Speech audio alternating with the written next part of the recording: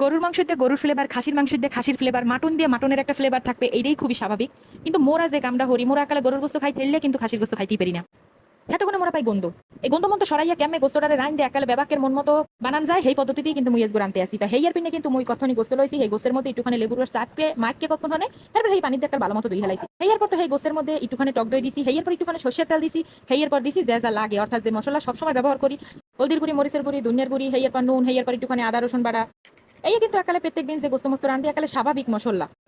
Hair পর তো এই একালে দিয়ে মুই একালে ভালো মতো মাখি ঝুঁকি লইতে আসি। এটা কিন্তু আমি ম্যারিনেট করে থুয়ে দিব অনেকক্ষণ, একাল কমপক্ষে আধা ঘন্টা তো রাখাই লাগবে। তো মুই আজকে একালে বেনি হালে মাখি থুইছি, হেই একাল মুই ধরে রান্না একুল দিয়ে তো মুই আরেকটুখানি মশলার জোগাড় দিতে আসালাম, কয়টা পেঁয়াজ, ছাল, এলাইচ আর কয়েকটা লং, হেয়ে মুই এখন ব্লেন্ডার করে এলাম। এরপর একটু পাইলের মধ্যে মুই একটু তেলের মধ্যে একটু রসুন কুচাইয়া এরপর দিয়ে হেলাইছি। এখন কিন্তু এই রসুনটা একটু আমি ভাজা ভাজা দিতে আসি। একটু যে ভাজা ভাজা হয়েছে এরপর কিন্তু এর মধ্যে মুই পেঁয়াজ দিছি, পেঁয়াজটা একাল সুন্দর করে কতক্ষণে ভাজা লাগবে, হালকা একটা কালার হওয়া পর্যন্ত। হেয়ার পর তো মুই হালকা একটা কালার হওয়া পর্যন্ত কতক্ষণে ভাজি লইছিলাম। লগ কিন্তু কয়টা তেজপাতা, লং, ছাল, এলাইচ আবারও দিয়ে লইছি। এখন আবার এই কতক্ষণে একটু ভাজা ভাজা দিয়ে লইতে আসলাম। হেয়ার পর তো ম্যারিনেট করে যে গোস্তটু রাখছিলাম, এই গোস্ত তো এখন কালারটা দেখতে জম্মের ভালো চিনে আসলে। হেয়ার পর চিন্তা করছি যে এই গোস্ত এখনই ডালি দিয়ে কষাই হেলাম। যেহেতু এর মধ্যে একালে ব্যাপক মশলা দিয়ে হেরপর নাকি যদি থুইছিলাম, হেরপিনে কিন্তু মুই এখন আর কোনো মশলা টশলা দিতে আসি না, এককালে গোস্ত কাটা মিলাই জিলাই কষাই উড়াই হেলাম।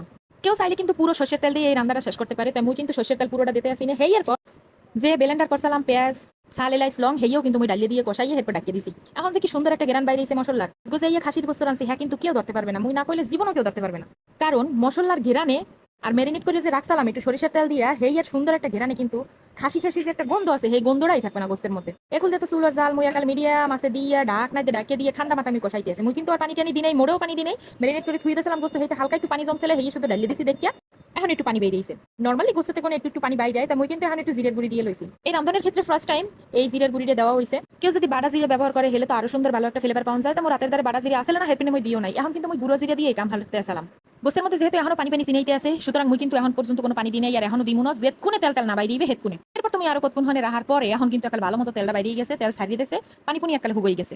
তা চিন্তা করছিলাম এখন তো একটু পানি দেওয়া নি যায়, হেলে গিয়ে মুই আগে থাকতে একটু গরম পানি হরিয়ে লইছিলাম, সেই গরম পানিটা মুই এখন এর মধ্যে ডালি দিমু। গোস্ত কিন্তু কষাইতে কষাইতে একাল হিজে গেছে, একাল সুন্দর মতো হয়ে গেছে। যেহেতু ম্যারিনেট করে আগেই রাখছিলাম, ম্যারিনেট করা গোস্ত কিন্তু সহজেই হিজে যায়। এরপর এতক্ষণ বই যে কষাইছি হাতে কিন্তু গোস্ত একালে ভালো মতো হয়ে গেছে, কিন্তু এর পরেও মুই একটুখানি পানি দিয়ে হেয়ার পর ভালো মতো ফুড়ে উড়মু, যাতে এর মধ্যে কোনো রকমের ব্যাড স্মেল না থাকে। একটু কষ্ট হলেই কিন্তু মজার মজার খাওয়ান নিজের ঘরে বানাইয়েই খাওয়ান যায়, এটা আবার স্বাস্থ্যসম্মত হয়। এই খাবারটা নিয়ে কিন্তু কোনো ধরনের দুশ্চিন্তা করা লাগে না। আজকে এই রেসিপিটা ফলো করিলে যদি কেউ রান্ধে, হ্যাঁ মুই 100% গ্যারান্টি দিয়ে কইতে পারবো যে হ্যাঁ যদি কেউ জীবনও খাসির গোস্ত না খাইছে, হ্যাঁ খাসির গোস্তের ফ্যান হয়ে যাইবে, হ্যাঁ সবসময় গরুর গোস্ত বাদ দিয়ে খাসির গোস্তই খাইতে চাইবে। কারণ খাসির গোস্তে কিন্তু এক্সট্রা একটু মজা বেশিই থাকে আমার দ্বারা মনে হইতে আছে।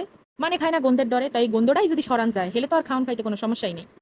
পেঁচা পড়তে পড়তে কিন্তু একুল দিয়ে দেখতে আসি যে মোড়েও পানি নেই এর মধ্যে, এখন আর কতক্ষণ কষাইলে পুড়ে যাইবে। হেয়ার পর কিন্তু এর মধ্যে মুই একটুখানি মৌ দিয়ে লইছি, একালে অল্প একটুখানি পানি দিছি, বেশি পানি পুনি আর দিনে যেহেতু গোস্ত মস্ত একালে হিজে গেছে, একালে ওইসে মুই এখন একটু জলটা হালকা একটু জল রাখ মুহের পিনে চিন্তা করছি, কয়েকটা বল ফুটানের পিনে অল্প একটু পানি দিয়ে লইছি।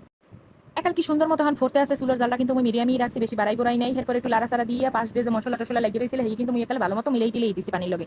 ম্যারিনেট করার সময় যে নুন দিয়েছিলাম, এরপর কিন্তু মুই আর অতিরিক্ত নুন কিছু দিন মুই একটু চেক করে দেখছিলাম, দেখছি যে লবণ টবণ একালে ব্যাপার ঠিক মতো হয়েছে।